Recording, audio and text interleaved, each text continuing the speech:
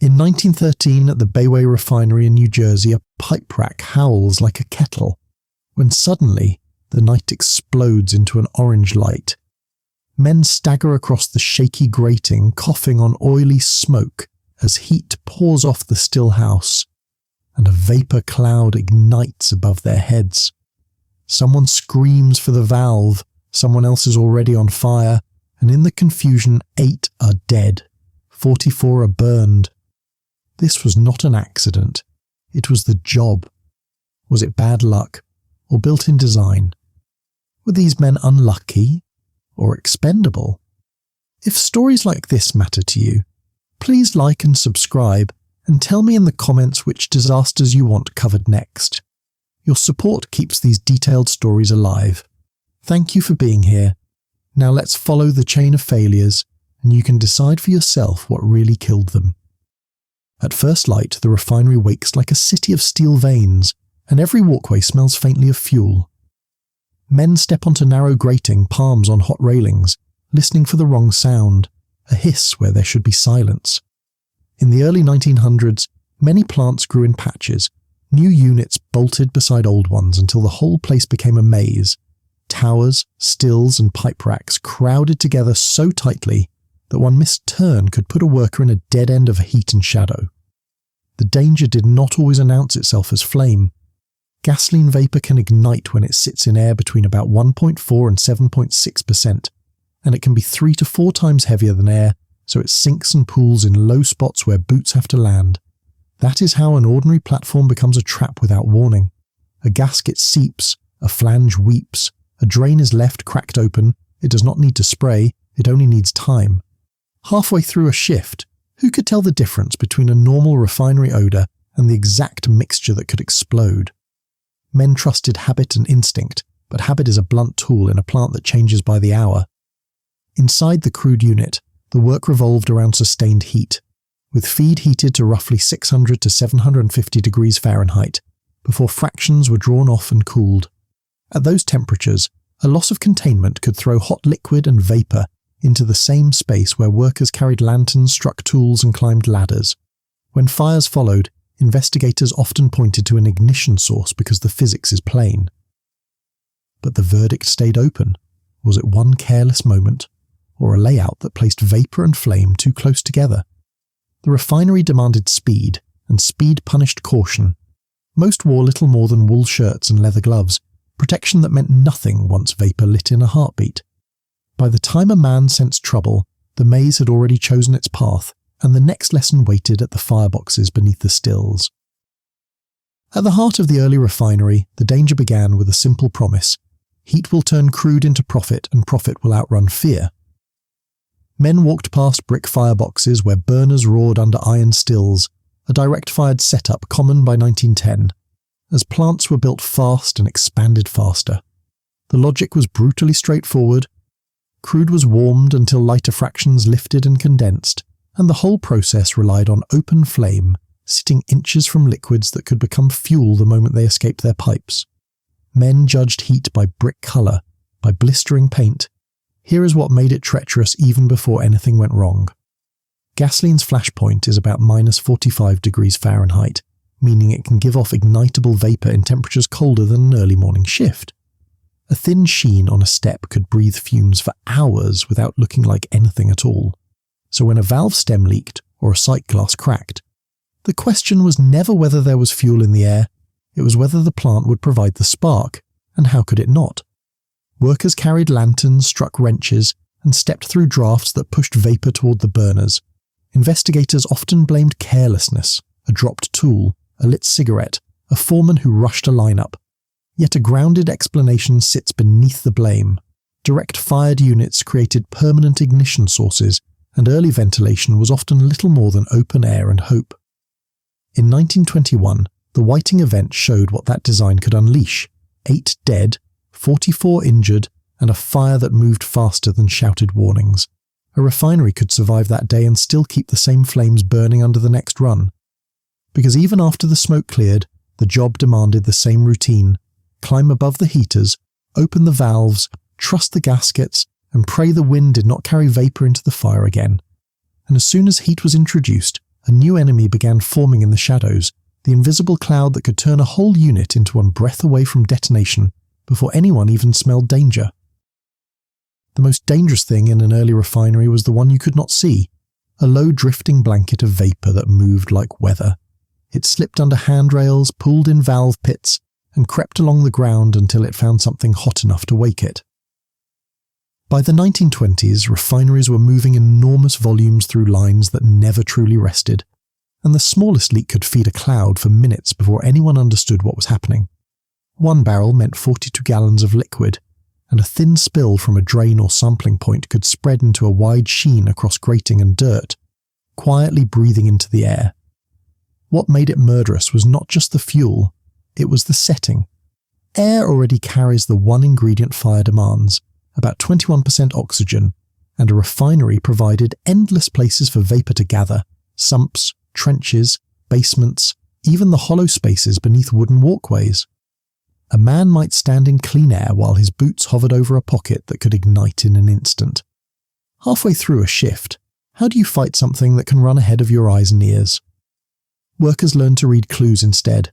A faint, sweet odour, a shimmer on water, a dog barking and refusing to cross a yard. But those signs arrived late, and sometimes not at all. After an explosion, the argument often narrowed to one spark. A lantern was blamed, or an electrical contact, or a tool strike, and each is a grounded explanation because ignition sources were everywhere in those plants.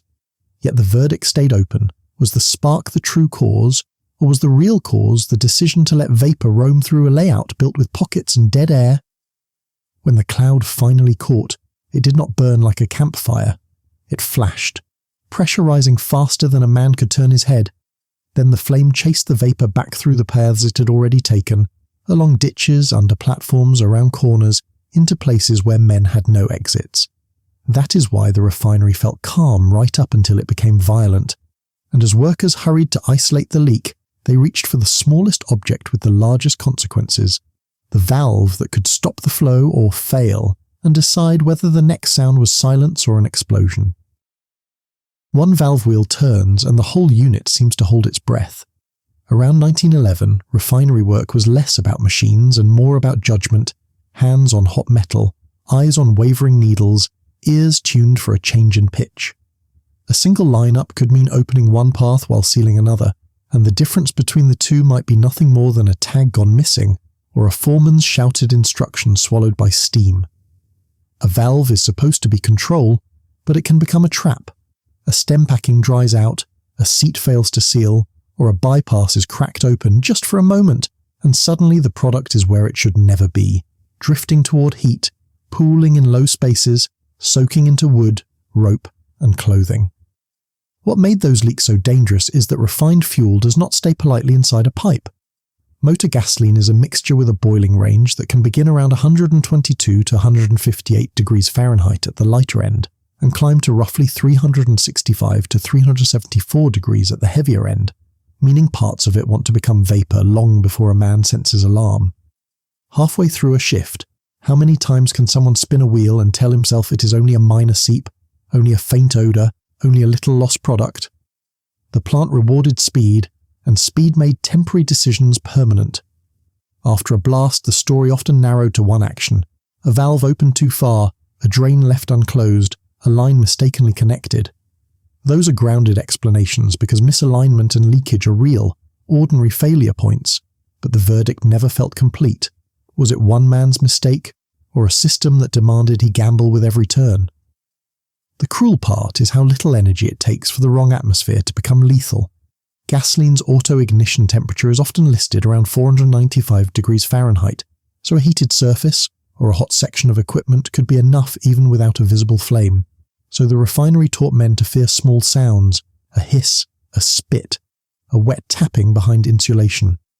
And when that sound came from a valve that would not seat, they had only seconds to decide whether to tighten, isolate, or run, because the next step in the chain was always the same. Pressure rising inside the still, looking for a weak seam to split. The still house sounded alive, a low boil, a steady roar, and metal ticking as it expanded under heat. Back then, Many refineries cooked crude in batteries of stills heated by open fireboxes, relying on gauges and a worker's instinct to keep pressure from turning violent. When everything ran smoothly, it felt almost ordinary, valves cracked, condensers dripping, burners breathing in rhythm. But pressure is patient. If a line fouled with residue, if a vent path narrowed, if a condenser failed to pull vapour back into liquid, the inside of the still could climb beyond what rivets and joints were meant to hold. The grounded explanation is simple. Trapped vapour expands, and expansion looks for the weakest seam. On July 8, 1921, newspapers reported a fire starting in 3 batteries of high-pressure stills at a Standard Oil refinery near Chicago. At least 5 men were burned to death, and 27 more were injured. A single unit did not merely burn, it multiplied danger by standing shoulder to shoulder with the next. Halfway through a shift, what does a man do when the gauge needle trembles, the burner heat stays high, and the smell in the air turns sharper by the minute? He can throttle back, he can crack a drain, he can call for a shutdown, but each choice costs time, and time is what the refinery steals first. After disasters like this, blame often settled on one decision: a valve left wrong, a foreman who pushed the run, a crew that missed warning signs.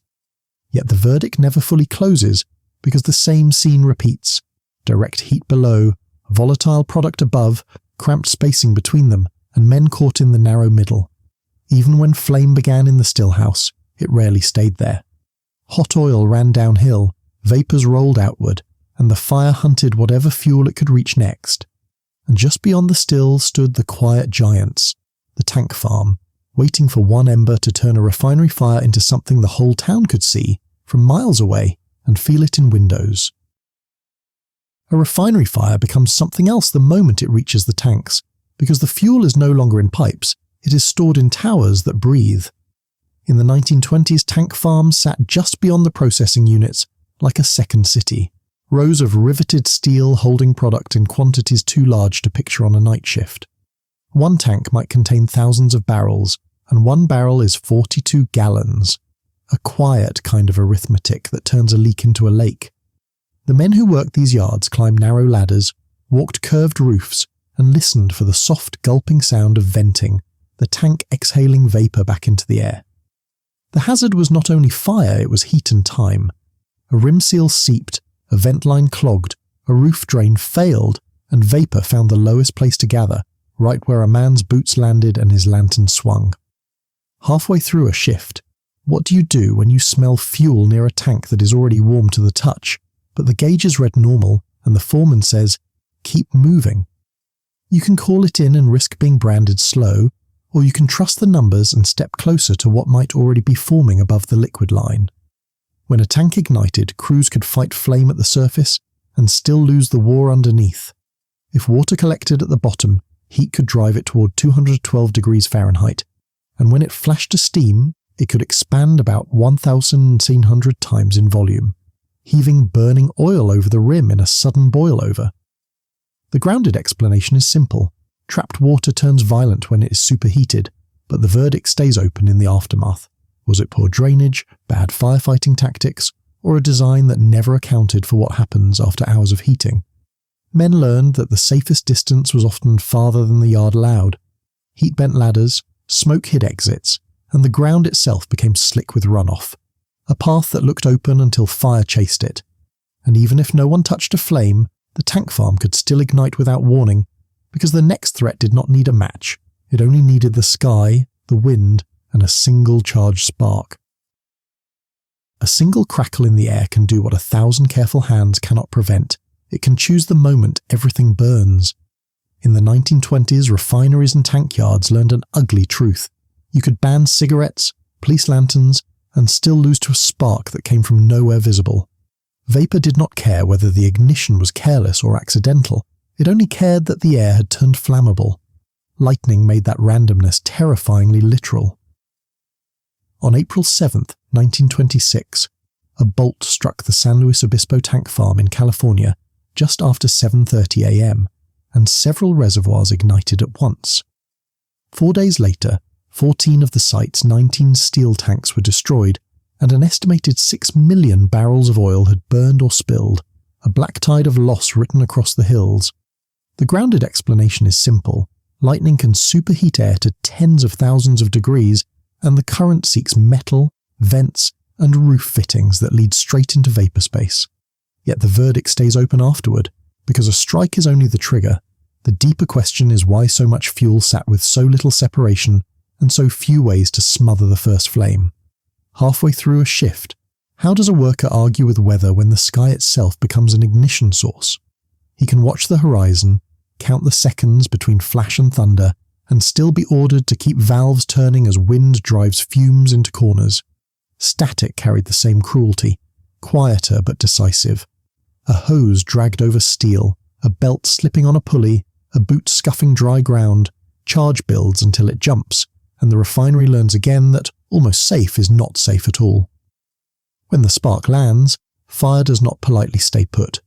It runs along vapour, climbs ladders, and turns roofs into chimneys, forcing men to choose between heat behind them and darkness ahead.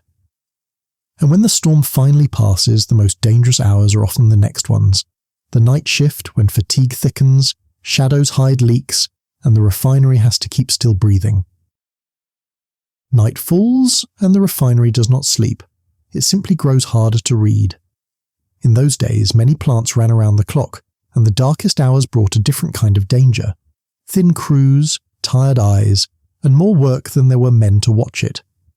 Lanterns and fixed lights cut tunnels through the black, but everything outside those circles became guesswork, wet steel, open pits, and pipes that disappeared into shadow. The air changed at night too. Cooler temperatures can keep vapour hugging the ground, and a breeze can push it under platforms where no one thinks to look. A worker might smell fuel, then lose the scent as wind shifts, and in that moment the mind does what it does under fatigue. It decides the threat has passed. Halfway through a shift, how many warnings can a man ignore before one becomes the last? The whistle of a small leak sounds like steam. The shimmer of a spill looks like rainwater, and a foreman who has seen 100 false alarms learns to treat the 101st the same way. Numbers tell the story of why this is lethal. Human performance drops when sleep is disrupted, reaction time slows, and judgment narrows, and in a place where a second matters, that narrowing can be fatal. Add in the refinery's own math, 21% oxygen in the air, fuel vapour seeking the right mix, and ignition sources that stay hot long after the day crew leaves. After an explosion or fire, the reports often search for a single cause, a light, a switch, a tool strike. Those are grounded explanations because the night shift uses more artificial light and more improvised repairs, but the verdict stays open because darkness is not a cause by itself. It is a force multiplier. It turns small errors into invisible ones. And the worst part is what night does to rescue. Smoke hides roots, fewer hands mean slower response, and a man down in a trench can be only a few yards away and still unheard over the roar of burners. When dawn finally comes, survivors do not talk about heroics. They talk about the moment they realize the plant had been building danger for hours. And now, as the day shift arrives, the most perilous work begins, sending men into vessels and pits to fix what the night revealed, climbing inside the refinery's lungs where air itself can run out. In September 1921 at Philadelphia's Point Breeze refinery, a pipe in a set of vertical pressure stills ruptured, and the naphtha it carried exploded, killing 12 workers in the space of a breath. The flames did not begin with a grand catastrophe. They began with one failure in one line at the exact moment men were close enough to be claimed by it. By that point in the early 20th century, the refinery was no longer just cooking crude, it was chasing gasoline. Gasoline revenue had surpassed kerosene in 1914, and by 1919 the volume of gasoline sold had overtaken kerosene too, pushing plants toward hotter runs, higher pressures, and equipment that demanded constant attention. That attention fell on maintenance crews, the men sent to tighten, scrape, drain, and enter spaces everyone else avoided. They opened manways, lowered themselves into the belly of vessels, and worked by feel, because residue clung to metal, valves stuck, and lines that looked quiet could still be alive with trapped product. Halfway through a shift, what does a worker trust when the unit is declared safe, but the smell still hangs in the steel and the walls still radiate yesterday's heat? A job meant to prevent disaster can become the perfect setup for it, because opening the system invites air in, and air turns lingering fuel into a threat that can ignite. After a blast, the explanations come fast and confident. Corrosion, metal fatigue from repeated heating and cooling, overpressure in a line that could not vent, any one of these can be grounded, and still the verdict stays open, because the deeper cause may be the pace, the way production made maintenance hurried, improvised, and too often performed beside active equipment. The cruel truth is that a refinery punishes stillness as much as motion. If you shut down too long, you lose money. If you rush back too soon, you gamble with lives, and the men in between are the ones sent inside the beast to make it possible again. And when something goes wrong, it does not end with the workers. It calls in the next group to step into the heat, because the moment a refinery burns, the fight belongs to the fire brigade, and sometimes the rescue becomes the second disaster. The sirens arrive, and the refinery does not flinch. On September 13th, 1919, a tank fire at Standard Oil's Greenpoint campus in Brooklyn erupted into a sprawling inferno across roughly 20 acres. More than 1,000 firemen fought it, and about 300 were treated for burns and minor injuries, a reminder that the first responders were often pulled into the same trap as the workers. A refinery blaze is not a house fire scaled up. It is fuel stored in volume, venting heat and vapor as it burns. When a tank lights, the radiant heat can make nearby valves and lines fail in sequence, and the ground itself becomes a moving hazard as oil runs, finds drains, and ignites in places nobody expects. Reports after such fires often hunted for a single starting point, a tank that ignited too quickly, a delay in the alarm, an ignition source that no one could name. The grounded explanation is that once vapor and oxygen meet inside a yard filled with flammables, almost any spark can do the rest, but the verdict stays open when the scene is chaos and the evidence burns away. Halfway through the fight, what does courage even mean when every step forward might put you above a hidden pocket of fuel? Men hauled hose lines toward a wall of heat, climbed ladders that softened under exposure, and worked blind in smoke that smelled like hot metal and solvent. The equipment itself could betray them. In 1924, 7 Pittsburgh firemen died at the Atlantic Refining Company when a fire involved a tank holding about 10,000 gallons of oil, and a ladder failed at the worst possible second. The rescue became the disaster, not because the men lacked skill, but because the refinery changed the rules faster than muscle, and training could keep up. Afterward, officials could point to bad footing, a broken ladder, a sudden release, and each explanation is plausible. Yet the deeper question remains unresolved. Why were men forced so close to a hazard that could multiply without warning, in a place where one failure could create 10 more? When the last flames finally shrink, the refinery is never truly safe, it is only quieter. And next come the days that prove whether these were isolated tragedies or repeating patterns written into real blasts and real names. The sky can be clear, and the refinery can still be one strike away from ruin today. On June 11, 1879, lightning hit Atlantic Refining's Point Breeze works on the Schuylkill, and the fire that followed devoured 25,000 cases of petroleum stored at the docks. 5 foreign ships burned with it, and 6 more were towed away before the flames could climb aboard. One flash turned an industrial shoreline into a furnace, and smoke carried the warning across Philadelphia. The grounded explanation is not mysterious. Lightning seeks tall conductors, and tanks, piping, and loading rigs offer ready paths. But the verdict stays open after the ashes, because the deeper question is why so much fuel was staged so tightly together, with so little separation between storage, shipping, and the men moving it.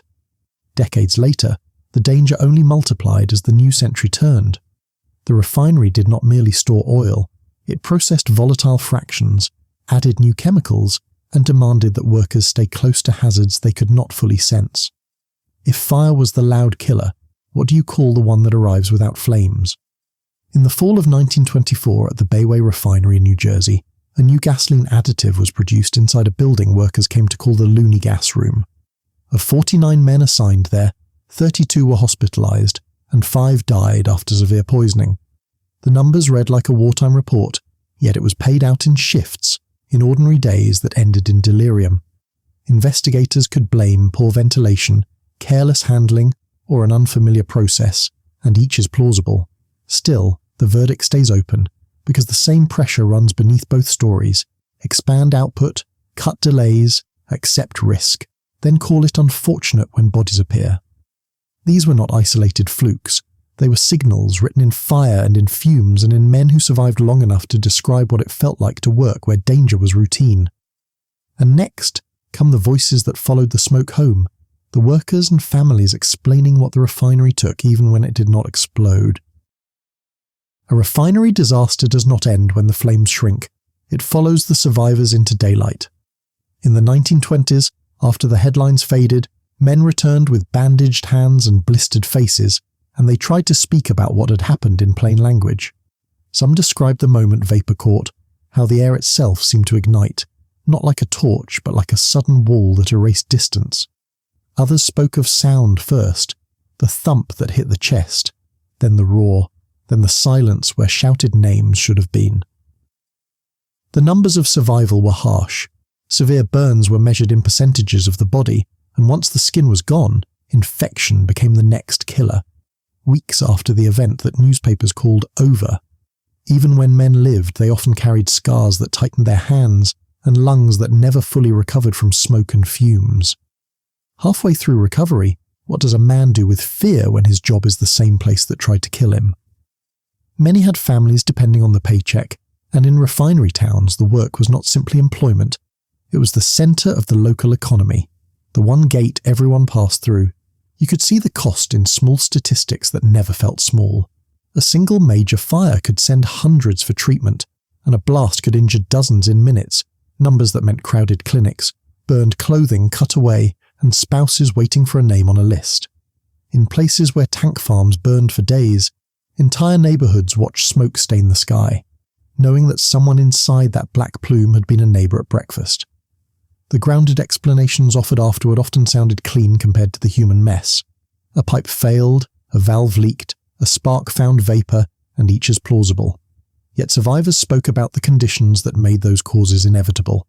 Rushed lineups, worn gaskets, heat that numbed attention, and the constant pressure to keep units running. Some testimonies were quiet, told at kitchen tables.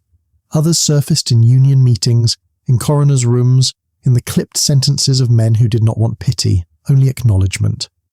And as the injured tried to rebuild their lives, another struggle took shape behind the scenes, not against flame, but against the story the company would tell, because when profit is at stake, the next battle is often over blame.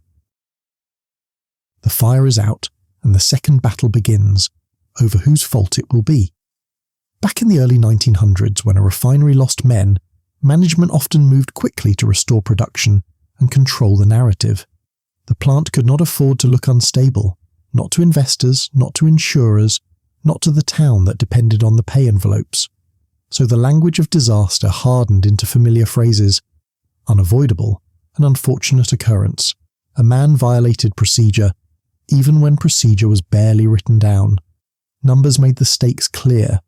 A single major incident could kill a dozen and injure scores, and it could also halt units that produced thousands of barrels a day, each barrel 42 gallons of product that represented revenue slipping away. The pressure to restart did not erase grief, it simply competed with it, and too often it won. Halfway through the aftermath, who gets to define what happened? The people who were burned, or the people who signed the checks? Survivors could speak, but the dead could not, and that imbalance shaped every investigation. The grounded explanations offered in reports were often plausible in isolation. Corrosion could weaken a line, overheating could raise pressure, a spark could ignite vapour, and any of these could start a chain. But the verdict stayed open because the same reports sometimes ignored the deeper causes that were harder to price: overcrowded layouts, deferred maintenance, missing tags, rush startups, and the quiet rule that shutdowns were last resorts. Witness statements could be softened, timelines could be cleaned, and blame could settle on the lowest rung because it was the easiest place to leave it. A foreman might be scolded, a crew might be retrained, but the unit would return to service with the same heat beneath it and the same vapour above it. The town felt the distortion immediately. Widows received condolences that sounded official, and men returned to work hearing rumours that did not match what they saw with their own eyes. In places where multiple incidents occurred across a few years, the pattern became impossible to ignore. The refinery promised improvement, then demanded speed, then mourned again. Yet even this pressure did not hold forever. Sometimes a disaster became too large to smooth over, too many dead, too many injuries, too public to bury in paperwork. And when that breaking point arrived, it did not come quietly. It came in one day, one chain of failures, and one fire so visible that the industry could no longer pretend the trap was accidental. On a hot Sunday in September 1915, the danger escaped the refinery fence line and rolled straight into a town. A rail car of casing-head gasoline, a natural fuel meant to be taken to a nearby refinery, sat at the Santa Fe depot in Ardmore, Oklahoma. As the day warmed, pressure built, a pop-off valve began releasing gas, and vapour poured downhill into low streets and doorways. People could not see it, but they could feel the air turn strange, heavy, sharp, as if the town itself had been dipped in solvent. Then a company representative climbed up and removed the dome from the top of the car, and the release grew larger, faster, more confident. Midway through the afternoon, Ardmore detonated, and 43 people were killed. The grounded explanation is brutally plain. A volatile product expanded with heat, the vapour collected where it could not disperse, and an ignition source, still unidentified, finally met the right mixture. But who truly caused it? The man who lifted the dome, the railroad that left the car in place, or an industry that treated explosive vapour like a manageable inconvenience? When the source of ignition is unknown, can any single verdict satisfy the dead? Afterward, blame hardened into paperwork. More than 1,700 claims were filed, and $125 million was paid, not as a confession, but as a price placed on shattered bodies, ruined storefronts, and a downtown scraped raw by force. What made this a breaking point was its visibility. Refinery hazards had long killed behind gates, in still houses and tank yards, but here the same physics turned city blocks into the casualty list, and the public could not look away. New rules followed for shipping and handling natural gasoline, and companies changed methods because the alternative had been written in smoke over a main street. Yet even as regulations tightened, refineries kept running, and the same pressures returned. Production versus caution, speed versus certainty. Because the final question was never whether petroleum could explode, it was whether the system would change before the next disaster demanded payment again. When the smoke finally thinned, the refinery looked almost peaceful. Steel towers standing like monuments to a war no one wanted to name. Companies promised progress in the language of modernity, better vents, tighter procedures, improved firefighting, new training, and rules for handling volatile products that had proven too eager to escape. Some changes were real, and they mattered. Plants began adopting more systematic safety practices, and as the decades moved on, detection, ventilation, and protective gear improved. Not out of kindness, but because loss had become too expensive to tolerate. A single barrel held 42 gallons, and when thousands of barrels burned, the cost reached beyond the graveyard into balance sheets. Yet the refinery's most dangerous feature survived every reform, the constant demand to keep running. Shutdowns meant lost output, and lost output meant pressure to resume, sometimes before every line was proven safe. That pressure shaped decisions more than any manual could, and it is why disasters kept repeating even after the lessons were supposedly learned. Halfway through the story, a hard question remains. Did safety improve because lives were valued, or because bodies finally threatened profits? The verdict stays open, because both forces often move together, and neither brings back the dead. Numbers only sharpen the dilemma. The early decades saw repeated incidents that killed in dozens and injured in scores, while later eras brought fewer headline catastrophes, but still produced an ongoing toll of burns, poisonings, and sudden failures. Each incident was different in detail, yet familiar in shape: vapour, ignition, heat, crowding, and the human habit of trusting routine until routine breaks. What never changed was the worker's position in the chain. He stood closest to the leaks, climbed highest over the flames, entered the tightest spaces, and carried home the fear without calling it fear. In refinery towns, men spoke in short sentences about a bad day. then went back the next morning because the alternative was hunger. And that is the final trap. A refinery can be made safer, but as long as speed and output remain sacred, someone will always be asked to take the risk that makes the numbers look good. Because somewhere, in some plant, a whistle is starting again, a thin hiss in a line that should be sealed, and a tired man is stepping toward it, not knowing whether this is another false alarm or the beginning of the next name you'll hear when the sky turns black.